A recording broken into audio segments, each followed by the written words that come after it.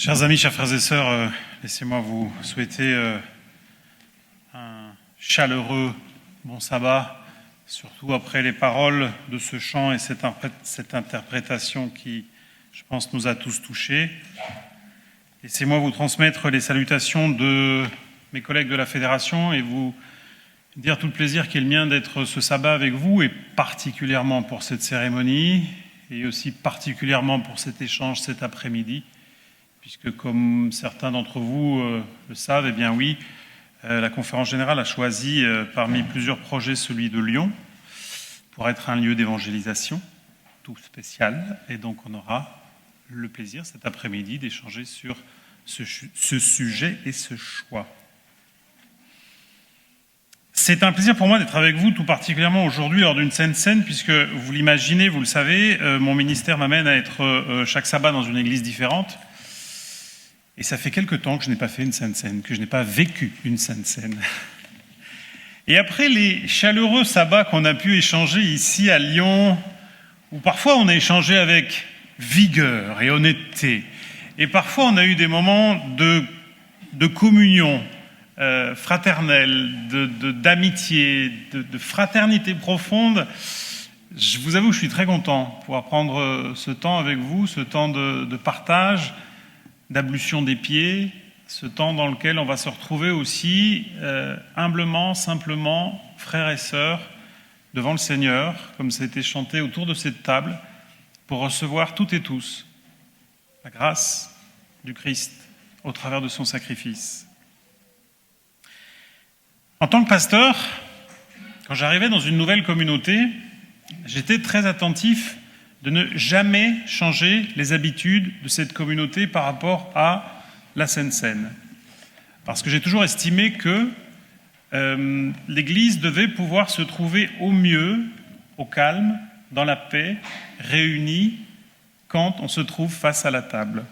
Alors ça vous étonnera peut-être, mais oui, effectivement, dans différents lieux et différents pays, il y a quelques légères, très légères même, différences dans le déroulé d'une Sainte Seine. Maintenant, pour chacun, pour chacune, c'est quand même malgré tout un moment solennel, c'est un moment rare, c'est un moment qu'on chérit, c'est un moment précieux, c'est un moment que le Christ a offert à son Église en liant des bénédictions toutes particulières pour les individus et pour une communauté qui se réunit. Non pas que dans d'autres temps, le Christ ne veut pas nous bénir, bien au contraire. Mais dans ce moment-là, il dit à l'Église, il écrit à l'Église, nous comprenons sa parole, au travers de son autorité qui nous dit, c'est un moment où on s'approche de façon particulière, comme individu et comme communauté, face à la source de toute bénédiction. J'aimerais, pour illustrer la lecture et la rapide méditation de la parole que je veux faire avec vous, vous raconter un récit qui vous expliquera comment parfois ça peut être un peu complexe de savoir comment vivre une Sainte Seine ensemble. C'est une histoire qui a plus de 30 ans. J'étais tout jeune pasteur en Italie. Et un prêtre, proche d'où j'habitais, proche de notre église, m'avait demandé une série de rencontres pour nous découvrir, nous connaître, pour recevoir une Bible.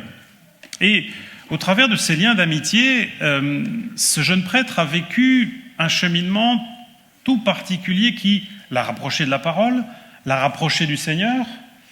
J'ai eu l'occasion, entre autres, de lui expliquer comment nous vivions la Sainte Seine, et il me dit, mais alors vous, qui attendez le retour du Christ, mais alors vous devez vivre la Sainte Seine comme personne d'autre. Parce que quand vous la vivez, vous anticipez ce moment tout en vous liant, bien évidemment, au sens et à la profondeur de son sacrifice et à la valeur de son sacrifice. Mais pour vous qui attendez, qui prêchez le retour du Christ, qui le professez dans votre foi, dans vos vérités fondamentales, mais ça doit être quelque chose d'unique. Et donc il m'a dit, est-ce que tu crois que je peux, un sabbat matin, venir assister à une Sainte Seine? Ah bien évidemment, vous imaginez, je dis oui, tu es le bienvenu, on t'accueille, viens, ça sera un moment particulier de fraternité, tu es le bienvenu. Je tiens à préciser qu'en Italie, peut-être à la différence de notre France laïque, les prêtres, comme dans d'autres pays, circulent habillés en soutane. D'accord ? En France, peut-être, ils sont un peu plus, ils sont camouflés, on les voit moins. En Italie, ils sont en soutane avec le petit col, d'accord ? Vous pouvez bien les identifier. Et comme c'est l'habitude dans certaines communautés, je ne sais pas chez vous, en général, l'ancien, avant la Sainte Seine, eh bien, invite pour faciliter la distribution des diacres en disant que ceux qui veulent participer se lèvent, les autres resteront assis, comme ça, les diacres ont moins de doutes. Et ce prêtre, j'étais sur l'estrade avec les deux anciens, tellement ému par ce que nous vivions, s'est levé.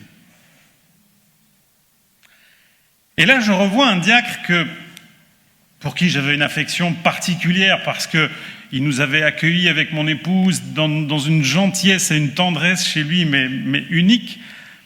Je vois ce moment, imaginez-le, de la distribution, et donc notre frère arrive avec le pain et il se trouve, non pas face à un être humain, mais il se trouve face à une robe pastorale catholique d'un prêtre debout pour prendre le pain.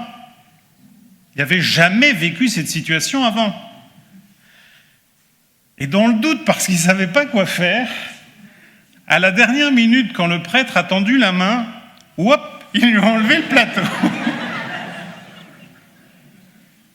Alors, c'est un moment un peu incongru, c'est un moment qu'il vivait pour la première fois. Peut-être c'était ma faute de jeune pasteur de devoir lui dire, écoute, il y aura un prêtre avec nous, on décide ensemble ce qu'on fait pas, comment on vit ce moment. Et j'en veux pas du tout à ce frère, parce que je me dis, il était là, je le voyais approcher, j'imaginais pas son questionnement intérieur, et il s'est dit, mais qu'est-ce que je fais ? Avec certains, peut-être j'ai un doute, d'accord ? Donc je les laisse prendre, et je me dis, le Saint-Esprit sait, le Seigneur est juge, c'est en conscience, tu fais. Peut-être parfois un ancien ou un diacre se dit, celui-là, ce serait peut-être mieux qu'il ne prenne pas, mais bon, et on y reviendra. Mais là, manifestement, ce n'était pas une fête de carnaval, l'habit parle, l'habit fait le moine, cette fois-là. Et j'ai entendu l'ancien d'église à côté de moi bouillonner, ne rien dire. Donc il y a eu après la distribution aussi du jus de raisin. On s'est retrouvés dans la sacristie. Et là, un ancien qui était un homme extraordinaire, c'était un homme qui avait connu les camps de concentration en Allemagne et qui en était revenu, a attrapé notre diacre et lui a dit « Mais comment t'as pu ne pas lui donner ? Tu imagines demain matin ?» Le dimanche dans sa paroisse, alors qu'il aurait dû orchestrer la messe, alors qu'il venait de vivre avec nous la Sainte Seine. Et voilà, bien évidemment, on a pris ce temps d'amitié, de fraternité avec ce diacre en se disant, mais bon, je lui dis aussi, rassure-toi, il mange à la maison à midi, je vais lui expliquer, on va reconnecter, on va se comprendre et on va arranger les choses. Et bien évidemment, on a pu le faire très amicalement. Mais est-ce que nous pouvons collectivement en vouloir à ce diacre qui était dans une situation unique en se disant, mais quand même, on n'est pas d'accord sur tout avec un prêtre, il faut le reconnaître. On a des différences conséquentes.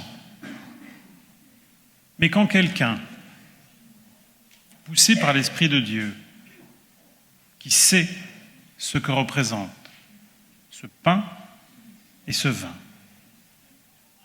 veut vivre ce geste d'alliance et de renouvellement, qui peut l'en empêcher ? Pour la réponse, permettez-moi de faire une chose que je fais très rarement dans une prédication. Je vais vous lire le manuel d'église. D'accord ? Page 167. Certaines personnes sans être de vrais serviteurs de la vérité et de la sainteté, désirent parfois prendre part au service. Il ne faut pas les en empêcher. Des témoins sont là, qui étaient présents lorsque Jésus lava les pieds des disciples, Judas compris. Des yeux qui n'étaient pas des yeux d'homme ont vu aussi. Jésus-Christ, page 660. Ellen White va même aller plus loin, parce que certains connaissent même mieux que moi, je l'imagine, le manuel d'Église, et ils savent ce qui suit. Ellen White va aller un peu plus loin parce que les pionniers vont imaginer entre eux et se dire « Mais si pendant cette cérémonie, peut-être dans une communauté, il y a quelques tensions entre un ancien, une famille, un membre de la communauté, qui sait même entre le pasteur, alors pas pour Xavier parce qu'il vient d'arriver depuis quelques mois, donc c'est pas encore possible, on sait qu'il est encore sous les fameux 100 jours de grâce, donc enfin, presque fini d'ailleurs, mais non, mais ça va, il est encore, il n'a pas encore eu le temps d'incarner peut-être des décisions avec lesquelles il n'était pas d'accord, du comité d'église, Xavier, ça nous arrive parfois, et d'avoir un rôle un peu antipathique. Nos pionniers, Ellen White elle-même, va continuer un petit peu plus loin dans le livre Jésus-Christ en disant « Personne ne devrait se priver de la communion parce qu'il y a près de lui un être qui n'est pas jugé digne.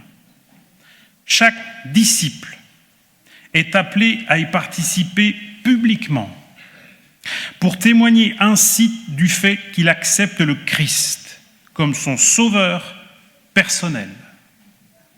Dans de telles réunions que le Christ lui-même a convoquées, il rencontre les siens pour les galvaniser par sa présence, même si ce sont des cœurs et des mains indignes. » Le terme est fort, hein ?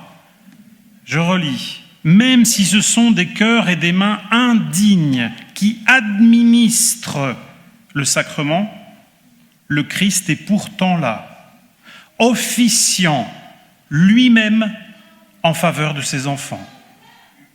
Tous ceux qui s'approchent en plaçant en lui leur confiance se trouveront richement bénis.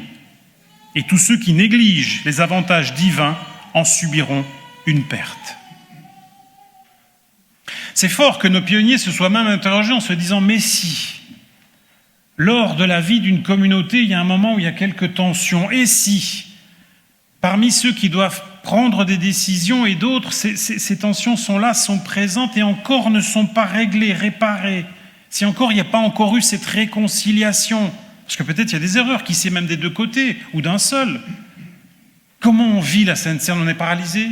On attend 1 an, 2 ans, 5 ans, 10 ans que ça se répare, que ça se réconcilie, qu'on se retrouve.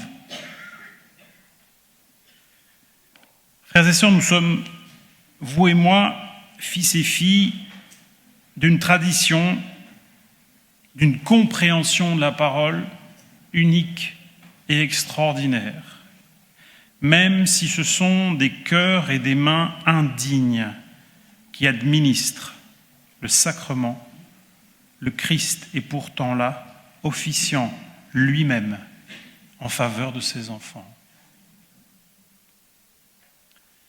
Chers amis, je vous invite, comme dirait l'apôtre Paul, je vous supplie de partager ce temps, de prendre ce pain et ce vin. Le Christ, comme cela a été chanté, est mort. Bien sûr, il est ressuscité et bientôt il reviendra des cieux. Mais il est mort. Il a donné son corps et son sang pour chacun, chacune d'entre nous. C'est peut-être la première fois où vous allez reprendre la Sainte Seine. C'est qui sait, peut-être la première fois où vous participez à une Sainte Seine.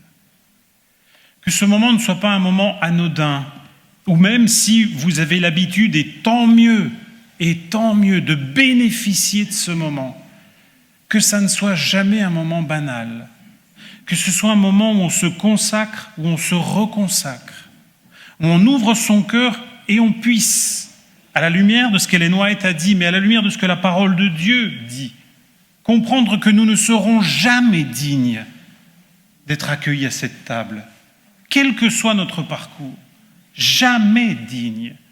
Seul lui nous rend dignes. Seul son sacrifice nous rend dignes. Seul son sang lave nos péchés. Ce n'est pas mon cheminement, mes bonnes actions, et peut-être que depuis quelques semaines, quelques mois, il y a une certaine satisfaction de vous dire « je suis content, j'ai réussi à consacrer du temps à l'église, j'ai réussi à me réconcilier avec un tel et une telle, même à la maison, ça va un peu mieux. Là, c'est bon, je peux y aller. » Et puis ce matin, une sœur vous est passée devant, vous a bousculé, vous n'avez même pas dit pardon, et pendant une demi-seconde, vous vous êtes dit et puis vous vous êtes rattrapé en vous disant « ah non, c'est la Sainte Seine, pas aujourd'hui. Sabbat prochain, je lui dirai ce que je pense, mais pas aujourd'hui. » Et puis vous vous dites « là, je fais quoi ? Mais je participe. Je voudrais rendre inefficace le sacrifice du Christ par quoi ? Qu'est-ce qui peut être un obstacle entre l'amour du Christ manifesté sur la croix et moi, et mon parcours de vie ? Certes, des erreurs, des difficultés, des échecs, et alors ? Et alors ? C'est ici que nous trouvons la force de les affronter, de les dépasser, de nous réconcilier, de demander pardon, d'accorder le pardon. Parce que parfois les deux sont difficiles. Les deux sont difficiles. Parfois de se pardonner soi-même afin de pouvoir accorder ce pardon ou de le recevoir. Là se situe la source de cette grâce. Nos pionniers, Ellen White, iront jusqu'à écrire, même si c'est avec un ancien d'église ou ton pasteur que tu as cette situation, vois le Christ officiant lui-même pour toi. Qu'avons-nous à lui reprocher ? À lui rien. Il m'invite. Il me dit, c'est mon corps et c'est mon sang. Et je les ai donnés pour toi. Accepte-les. Bien évidemment, ça engendre des changements, des prises de position, une autre vision de l'autre, une ardeur renouvelée, une ferveur, la volonté de dire « j'ouvre au Saint-Esprit toute ma vie, mon caractère, mon passé, mes choix. » Et peut-être certains seront plus compliqués et plus lourds. Mais Seigneur, je les vivrai à la lumière de ta parole, guidé par ton esprit, animé par la foi, par l'attente de ton prochain retour. Et certaines choses, probablement, je devrais les changer, je le sais. Et je cheminerai. Je cheminerai avec toi. Je cheminerai, comme l'écrit encore, laissez-moi reprendre cette très belle définition d'Ellen White, sur cette justice que nous cherchons tous. Et elle nous connaissait bien, elle se connaissait bien elle-même. Je commente rapidement ce texte, vous le connaissez.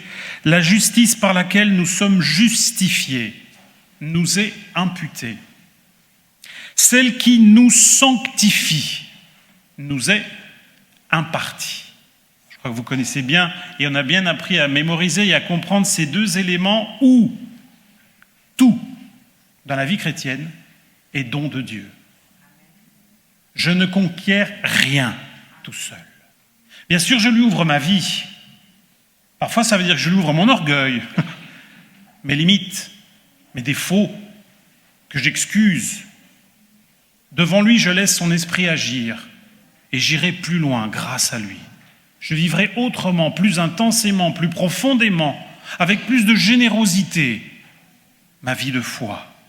Parce que la justice, celle dont j'avais besoin, celle qui me rend juste, elle m'a été imputée. Et celle qui me permet de cheminer dans ce chemin de sanctification, elle m'est impartie. C'est-à-dire que les deux sont d'origine divine. Je ne gagne rien. Je ne me rends pas digne. La dignité, je la reçois comme un cadeau par le sacrifice sur la croix. Et chaque fois que je me présente devant ce sacrifice à genoux, chez moi, le soir, le matin, ou ici, ensemble, face à une sainte scène, j'ai cette même démarche d'humilité, de reconnaissance, d'acceptation, où comme individu et comme communauté, je veux et nous voulons recevoir la grâce et les riches bénédictions du Christ. Que le Seigneur puisse, dans chacun de nos cœurs et dans chacune de nos vies, nous guider dans ce moment précis, afin de laisser son esprit agir en nous et nous amener à reconnaître humblement ce qu'il a fait pour chacun et chacune d'entre nous, ce qu'il est pour moi, ce qu'il représente pour nous tous comme communauté. Que la grâce du Seigneur puisse être répandue abondamment dans chacun de nos cœurs. Amen.